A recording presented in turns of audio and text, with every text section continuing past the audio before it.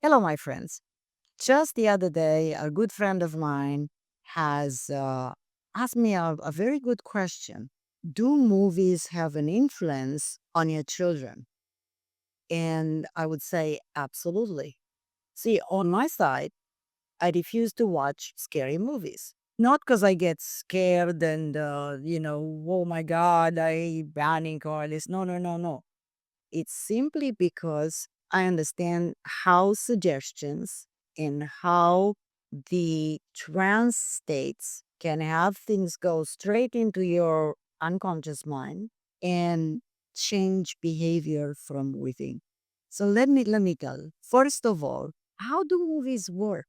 Did you notice that in many movies there are certain products or there is certain advertising or certain social new things that appear.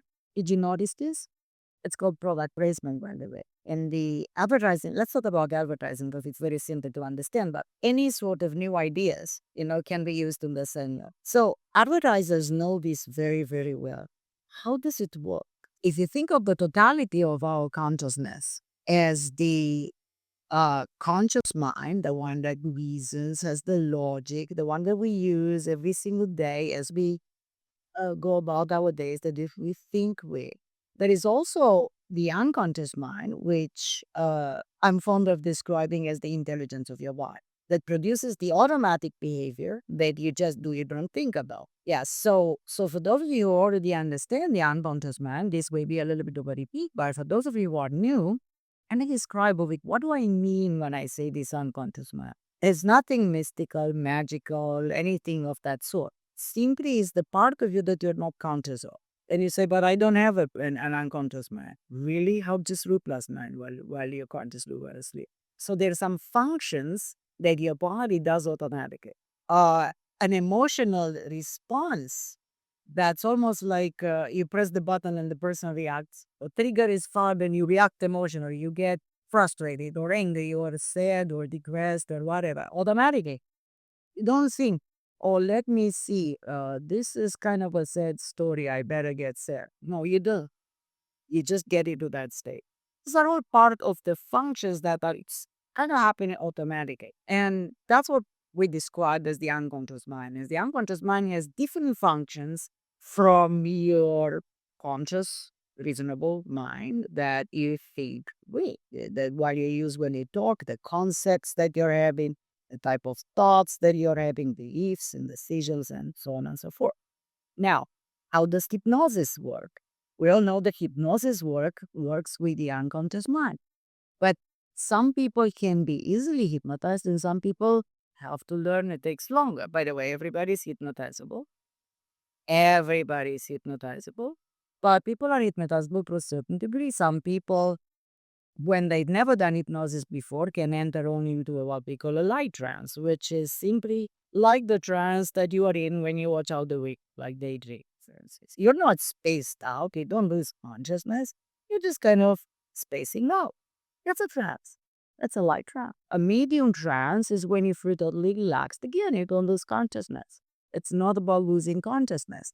But it's a deeper, and of course, there are people who are lucky enough from the beginning to be able to go into a deep trance. And I'm saying lucky enough because, contrary to popular belief, people who are able to do this can use self hypnosis to relieve a lot of stress and to improve a lot of things in the health of the body. So, this is the angle we're taking here, and not, what I can do to you. First of all, that's not even possible, as is if you really understand how hypnosis works. However, how is it possible then that we're all suggestible and the advertising, the product placement in the movies or ideas or new keys, new trends that are coming in society, and they're all in the movies coming unobtrusively, and then yet not majority of people accept them. How is it possible? Because this is a way of affecting change in society, change in behavior of people, change in fashion,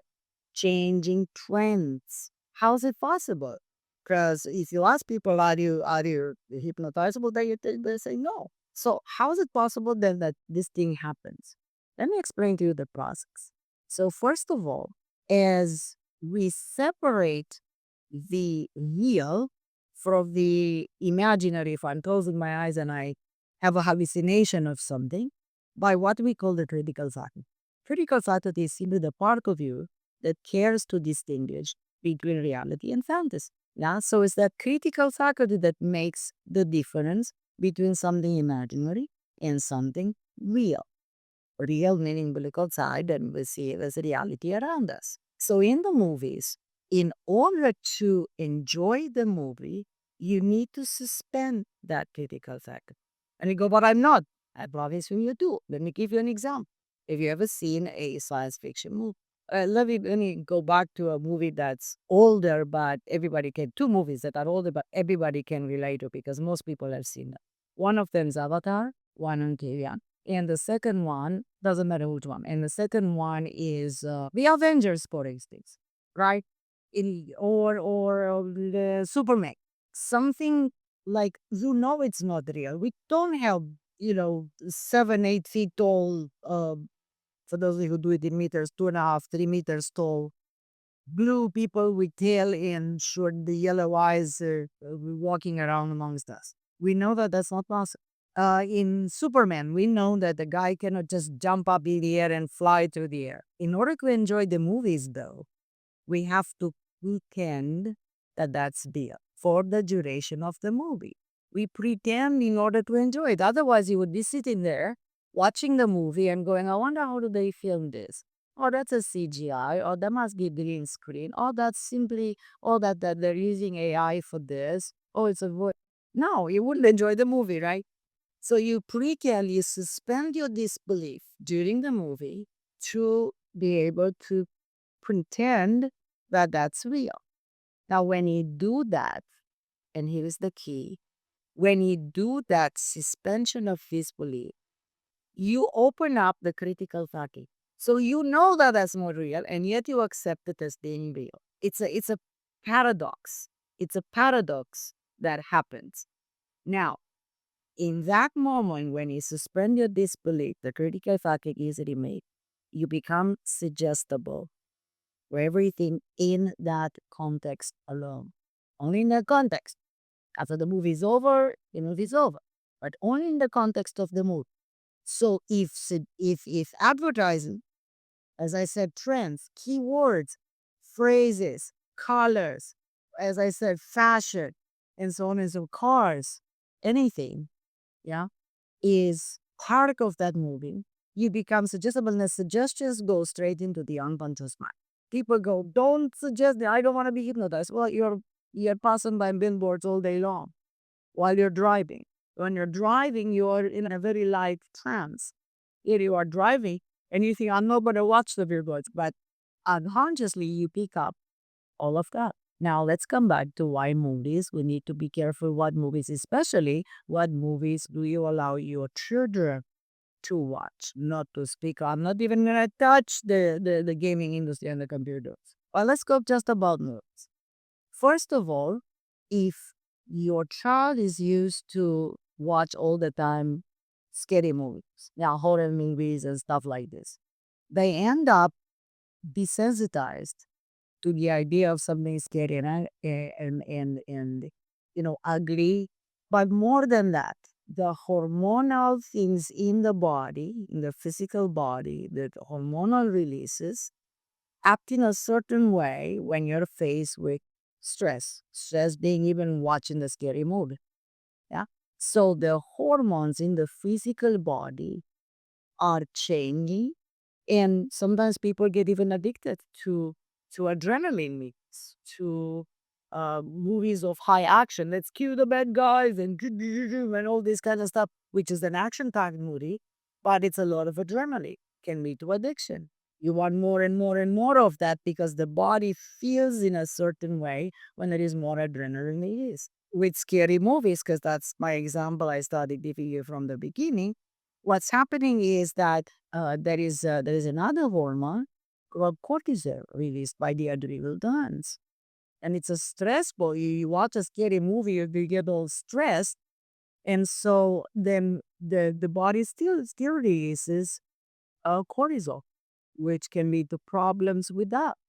And so You need to understand all our emotions are based on our hormones. Without the endocrine system, probably we would not emotions, wouldn't feel anything. And so I actually worked with a kid that was having horrible nightmares. Actually, it wasn't a kid; he was kind of a teenager, 14 or 15 years old, and he couldn't sleep at night to the point to where every night he would have horrible nights. He would wake up screaming. He wasn't a small child, so he wasn't like, "Mommy, mommy, I had a nightmare."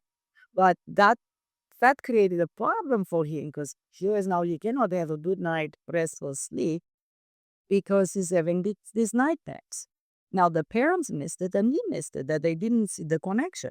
But he loved to use to all the time watch scary movies. I says, yeah, but that's at the conscious level, he totally knew that that's just a movie. He didn't think, but because of the process I just explained to you before, the pretense that that's real for the moment, remove the critical faculty, remove the critical faculty, and so the suggestions of the monsters or whatever they were in the scary movie went still into his unconscious mind, who uncritically accepted the suggestions because the unconscious mind is the part of you that's not critical. That's your conscious mind that has the logic, that is the ability to notice and make sense in a reasonable way of what's going on.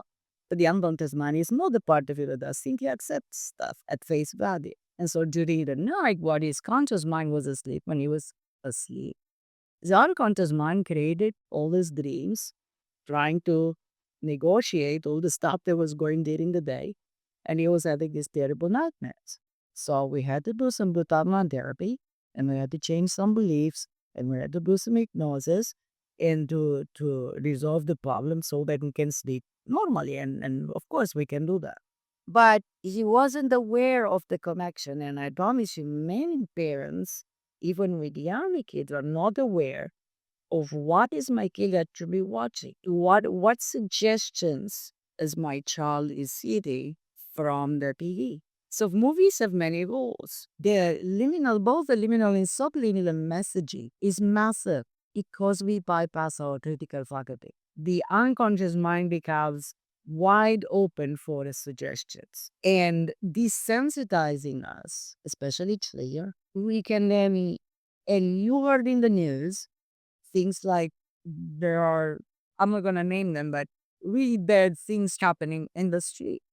And people pass by and they don't even notice. They don't feel the need to go help if a dire situation happens. Instead, they run away. And I'm not talking here about the legal part of the story. Oh, if I get involved, I'll have to maybe go testifying, but then I don't want to be involved. I'm not even talking about that.